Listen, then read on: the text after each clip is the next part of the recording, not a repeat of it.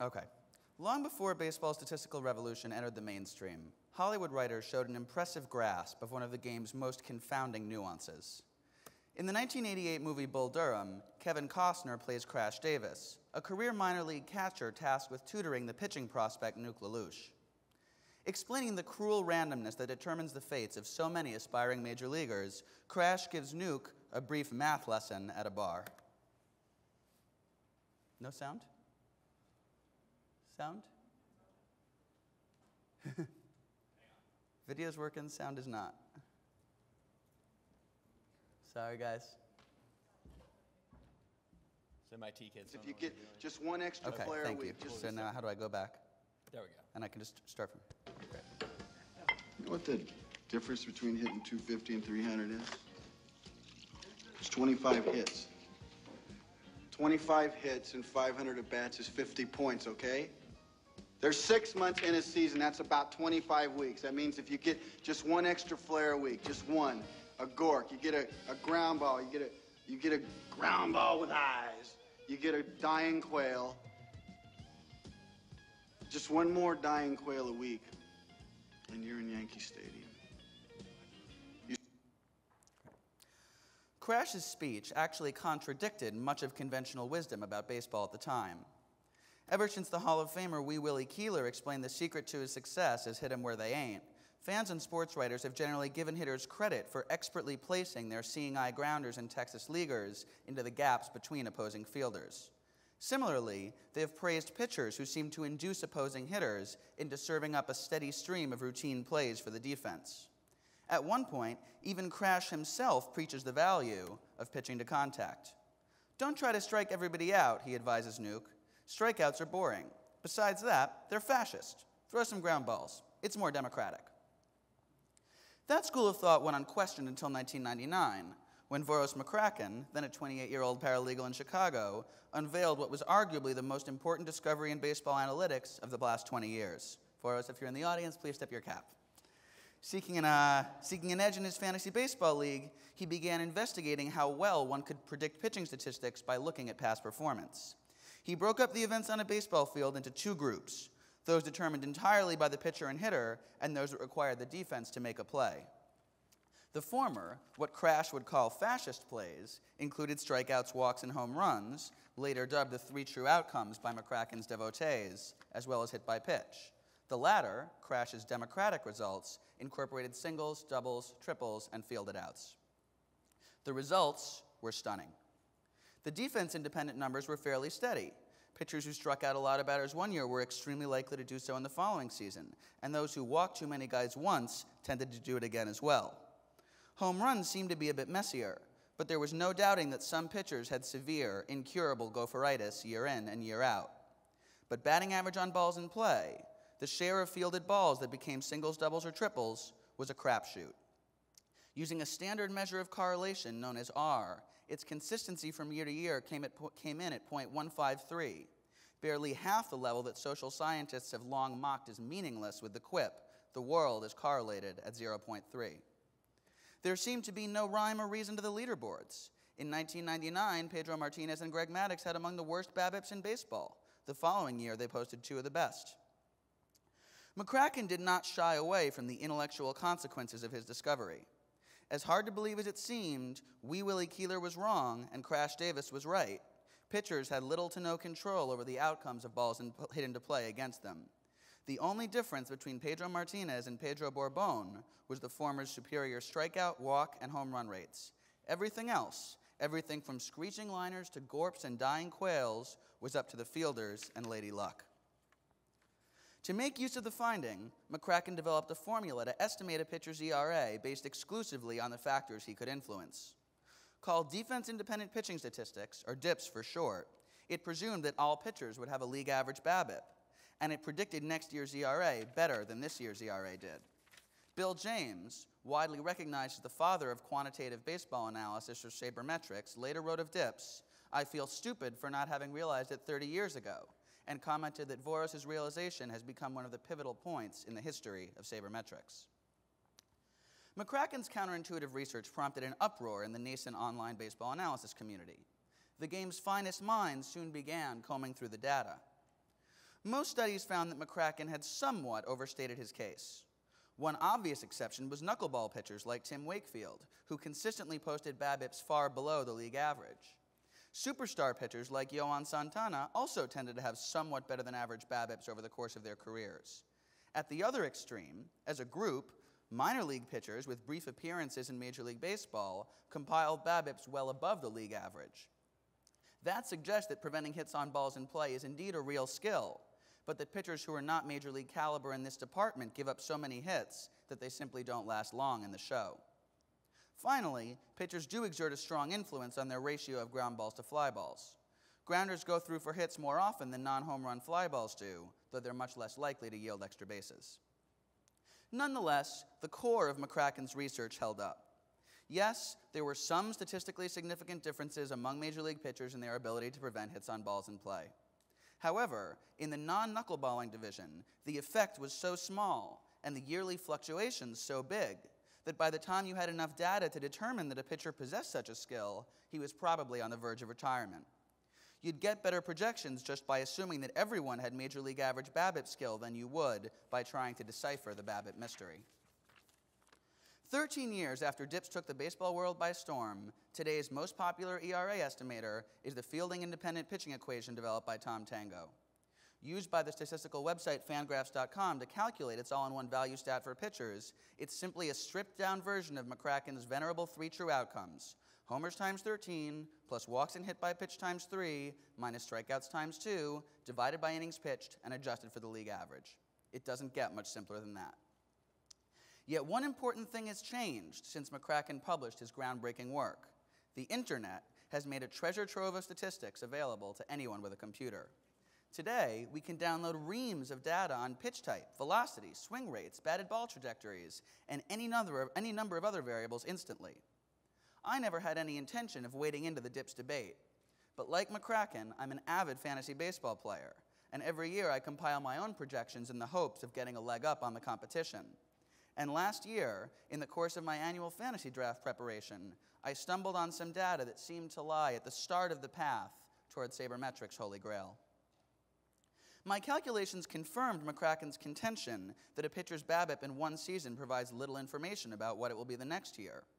However, I noticed that two other statistics did seem to offer helpful clues about hit prevention. The first was pop-up rate, the share of batted balls that are flies to the infield. Pop-ups have virtually the same effect as strikeouts, since they're almost always caught and runners cannot advance on them. All other things equal, a pitcher who induces more pop-ups should have a lower BABIP. And unlike some other batted ball types, such as line drives, pop-ups do show a strong year-to-year correlation. Pitchers who get lots of them in one year are likely to induce an above-average total the next year as well. From 2010 to 11, pop-ups correlated just as well as walks, significantly better than homers, and of course, far better than BABIP. Even more encouragingly, a pitcher's pop-up rate in 2010 had a negative correlation with his BABIP in 2011. Although analysts have long known that inducing pop-ups is a repeatable skill, I'd never seen a publicly available equation that used it for the purpose of BABIP prediction. The second promising variable was a statistic provided by Fangraphs.com called Z-contact. It measures how often opposing batters make contact when they swing at pitches thrown within the strike zone. Since almost all strikes are hittable, and most of them are easy to square up, if a pitcher gets batters to miss a high proportion of his easier-to-hit pitches, then the balls that do get put into play against him will tend to come on harder-to-hit pitches. All other things equal, such batted balls should be more likely to be hit weakly and become outs. Z-contact also has a very strong year-to-year correlation, and again, seemed to have some predictive power regarding BABIP. At the time, I'd never come across any reference to the relationship between Z-contact and BABIP, although about 7 months later, Steve Stote of Fangraphs independently reported it. This piqued my interest enough to do a longer-term study. I started by looking at every pitcher who had thrown at least 100 innings in 4 straight years between 2002 and 2011, giving me a sample of 387 pitcher seasons. In order to get the best possible forecasts for pop-up rate and Z-contact for the years in question, I first examined how they correlate from year to year to calculate the correct weights for predicting future performance from past performance. For example, I project Z-contact for a given year by using 39% of the previous year's Z-contact, 21% of the number from the year before that, 14% from 3 seasons ago, and 26% of the league average.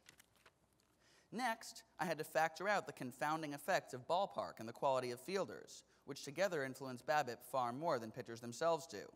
For example, in 2011, the Rays' Wade Davis posted a 280 BABIP, just below the AL starters' average that year of 283.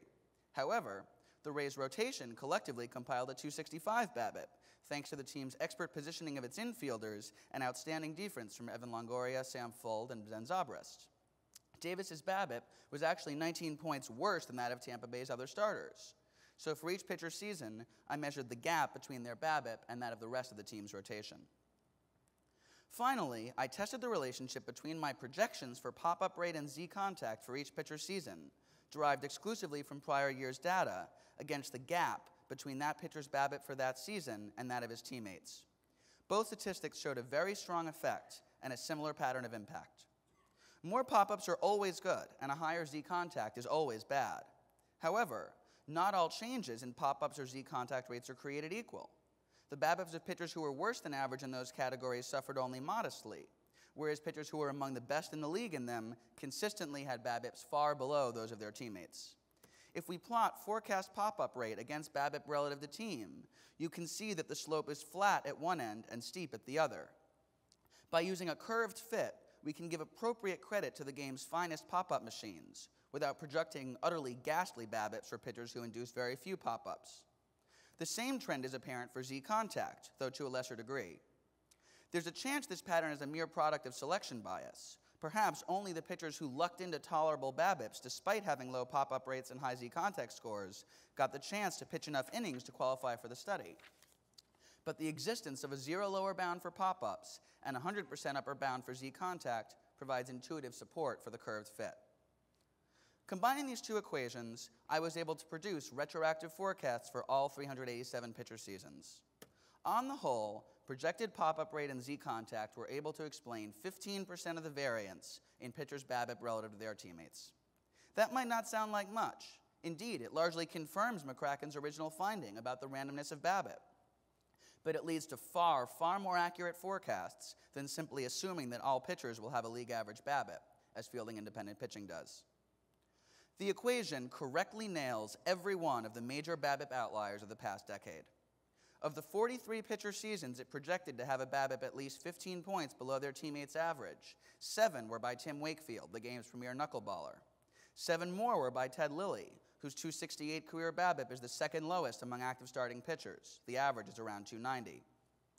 Yohan Santana, whose 272 lifetime BABIP ranks 5th among active pitchers, shows up 3rd on this list, with 6 seasons forecast to be 15 points or more below the team average. Next come Jared Weaver and Barry Zito with 3 seasons each. Their career BABIPs of 269 and 271 are currently the game's 3rd and 4th lowest. Matt Cain, baseball's active career BABIP leader, also shows up twice on the list, as does Pedro Martinez, whose lifetime mark was an outstanding 279. The formula's single favorite pitcher season was Chris Young going into 2008, whom it projected to best his teammates by BABIP by a whopping 43 points. The 6'10 soft tosser fell just short of that forecast that year, posting a BABIP nearly 38 points lower than the rest of the Padres staff. His 254 lifetime BABIP would easily be baseball's best if it surpassed my cutoff of 1,000 career innings pitched. The equation also does a good job of spotting BABIP laggards. Of the 5 pitchers with the most seasons projected for a BABIP at least 7 points above their teammates' average, 3, John Lackey, Livan Hernandez, and Paul Mahalam, have career BABIPs among the league's worst. A 4th, Jeff Suppan, is also a significant underperformer. Of the 5, only the formula's taste for Jason Marquis is not justified. The equation also correctly singles out Zach Duke, who has the highest lifetime BABIP among active pitchers. He only qualified for the study in 2 seasons, but they were both among the 9 worst projected single-season BABIPs that the equation spit out. Despite these seemingly impressive results, retroactive projections like this must always be taken with a hefty grain of salt. Historical data sets are full of spurious relationships between variables as well as genuine ones, noise as well as signal, as Nate Silver, who was also at the conference, would put it. Science is rife with purported discoveries, leading to predictions that fail miserably in the real world, because they reflect nothing more than random variation within the researcher's specific sample of information. Indeed, Silver says that this phenomenon, known as overfitting, is the most important scientific problem you've never heard of. How can we determine whether the correlation between pop-up rate, Z-contact, and BABIP is legitimate, or a mere quirk that happened to show up in recent years but will soon disappear?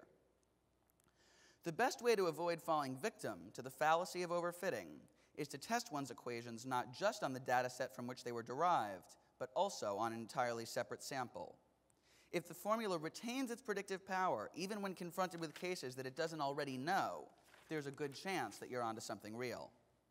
Fortunately, baseball generates fresh new data sets with every season, giving researchers endless opportunities to distinguish signal from noise. We know that we can predict BABIP from 2005 to 2011 with some accuracy using other data from 2005 to 2011. But what happens when we use the 2005 to 11 data to predict 2012? The answer is that not only does the formula continue to be useful, it actually improved. The equation was able to account for 17% of the variance in 2012 BABIP performance, slightly better than its 15% mark for the 2005 to 11 period. To be fair, the 2012 sample is small, just 51 pitchers, and the results are heavily influenced by a single outstanding prediction. The formula expected Jared Weaver to have a BABIP 41 points lower than that of his teammates. The Angels ace kindly obliged by posting a 241 mark, his lowest since 2006, and precisely 42 points lower than the rest of the Angels staff. But even if you remove Weaver from the sample, the equation still retained much of its predictive power when confronted with unfamiliar data. Its 5 favorite pitchers were all significantly better than average, and 4 of its 5 least favorite were worse.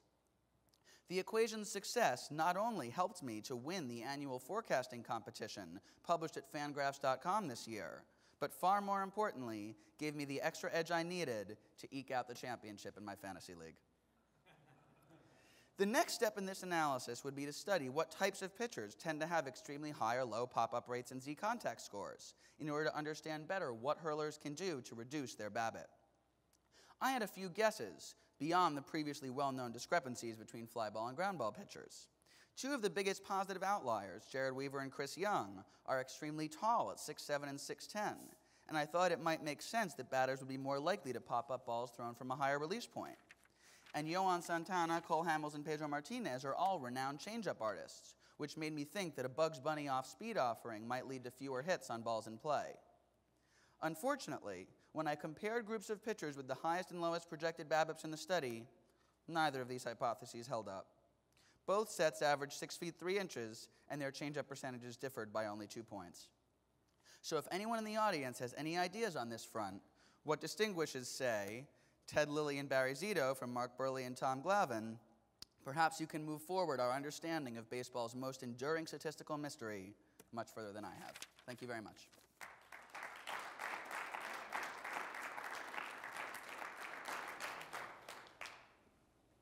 I've got you over here.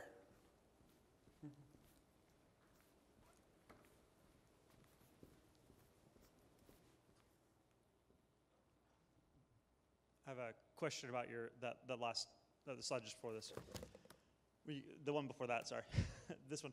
Did you look at breaking that up between looking at, is there a group of tall pitchers with that are in that group versus, like, do you break those apart and look at the changeup percent?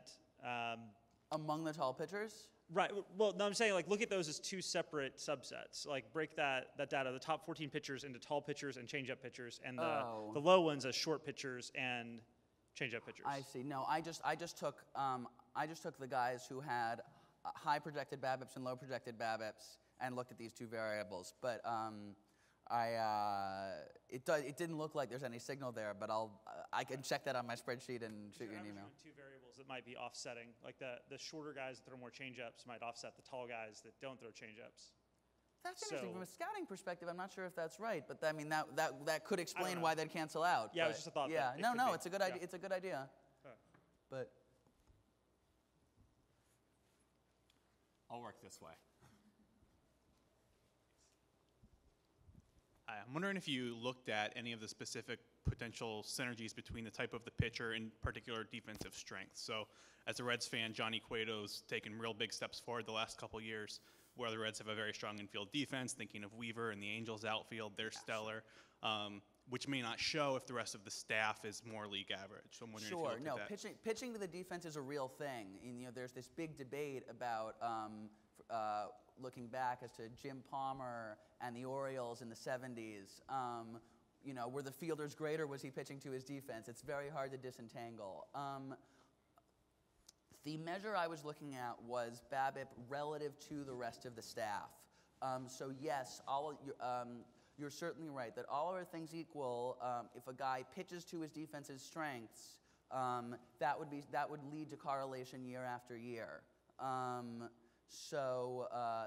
thing is that the two variables that I looked at, pop-up rate and Z contact, you wouldn't think that Z contact would have much to do with pitching to the defense one way or the other. Pop-up rate is correlated to fly ball rate,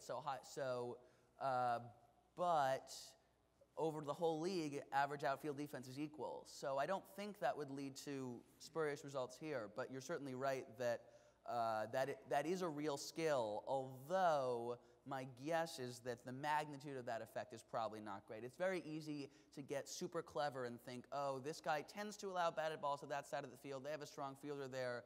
And that's probably true, but the effect is probably 2 points. It's 2 hits a year or something. Do these metrics have anything to say about hitting projections and using it in the opposite direction? Well, BABIP for hitters is a different beast than BABIP for pitchers. It has it has just as wide year-to-year fluctuations, but the spread in true talent is far greater. The lowest hitters BABIP guys will be around 260, Andrew Jones or Pedro Feliz, and the high guys will be at 350, Manny Ramirez, Ichiro Suzuki, Derek Jeter. And I actually have done studies on hitters BABIP and what goes into it. And you can predict it very well, but it's not using these variables. It's things like line drive rate's very important. Spray is very important. The ability, not hitting the ball the same side of the field all the time. You do interaction terms, so fast guys who hit a lot of ground balls will have a high BABIP, but slow guys with a lot of ground balls will have a low BABIP. I mean, the equations are messier, but it's much easier to predict. And I think that, we have to sort of resort to these sort of workaround stats and accept rather low R-square, it's 15%, precisely because, Voros is basically right that maybe pitchers can control something, but it's really noisy. Whereas with hitters, you have the same amount of noise, but a lot more signal. And Voros himself. My basic question is the degree where there might be a third variable problem with the two variables. Not so much on the pop-up rate. I think that's pretty much causes it. But on the Z contact, have you looked at how well that correlates with, say, fastball velocity? And whether fastball velocity might be actually what's driving a certain lower BABIP than Z contact. What I can tell you is that yes, there are correlations between fastball velocity, various forms of contact rate, and strikeout rate. They're not that high, particularly for left-handers. And of the various things in my soup, if you put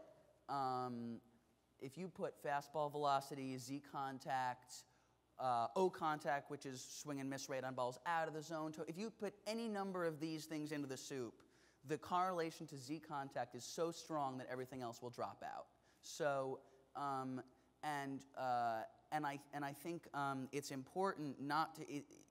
We don't really know what causes super low Z contact scores, or at least I don't, because a lot of the guys with low Z contact scores don't actually have huge strikeout rates. Chris Young leaps to mind. He's one of the slowest pitchers in the game. Ted Lilly scores well on this measure. He throws 87.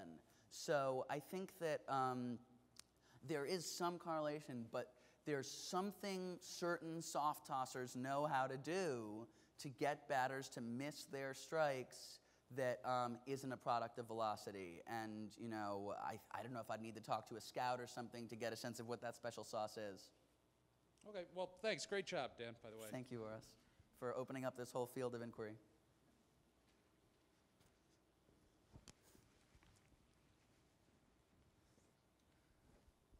Hi. How does this compare with Sierra, the baseball prospectus metric? It seems like it complements it mostly, but I'm not sure. Okay, there's a big, I think at least, there's a fundamental difference between what I'm doing here and the whole alphabet soup of ERA estimators that have been produced in the last few years, which is that those equations that some of you may have heard of, whether it's FIP, XFIP, Sierra, there's a new one, Bera, I can't keep track of them all. But what these are all doing is they are studying the relationships basically between everything a pitcher does in year X, batted ball profile and the rest, with his results, including his BABIP, in year X. And the issue with that is that if you know that a pitcher has allowed very few or very many line drives in a given year, you have a pretty good idea what his BABIP is going to be. The issue is how many line drives he allows one year doesn't tell you how many line drives he's going to allow the next year. So there's all sorts of randomness within that. That's not distinguishing true ability from randomness. So I actually don't really find those ERA estimators very useful at all, to tell you the truth. I think that the difference here is I've identified, I was only able to identify 2 variables. Those equations have 12 variables in them. I was only able to find 2 things that where only using data from the past, you could tell me something about BABIP in the future. And if you're trying to do forecasting or understand what's actually going on the field and separate the signal from the noise, I think you need to look forward and not let the noise within a given year sample contaminate itself. Thanks. Any other questions? All right, well, let's give Dan a round of applause. Thanks. Thank you very much.